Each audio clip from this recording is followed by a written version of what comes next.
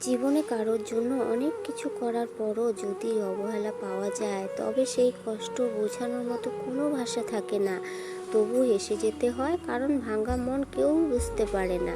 অবহেলার কষ্টটা একসময় এতটাই গভীর হয়ে যায় যে সময়ের সঙ্গে সঙ্গে সেই কষ্ট আর কারো সঙ্গে ভাগাভাগি করা যায় না। শুধু নীরবতা আর সব কিছুই মেনে নিতে হয়।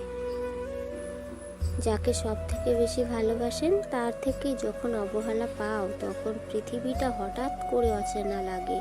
অথচ সেই মানুষটার জন্যই তো তুমি সব করেছিলে।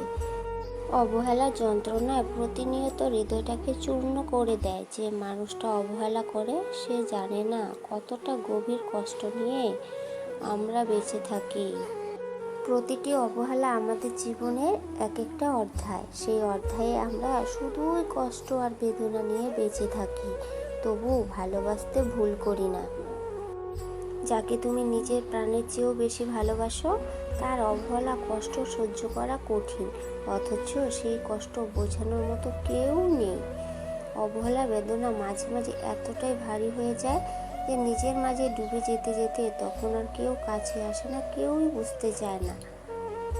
অবহেলার কষ্ট হৃদয়ের গভীরতা শুধু বাড়াতেই থাকে। সেই গভীরতার মধ্যে হারিয়ে যাওয়া ছাড়া আর কিছুই করার থাকে না। অবহেলার কারণে জীবনে এমন কিছু সময় আসে যখন নিজের অস্তিত্বকে প্রশ্নবিদ্ধ করতে হয়, তবু সেই কষ্টের মধ্যে বেঁচে থাকতে হয়।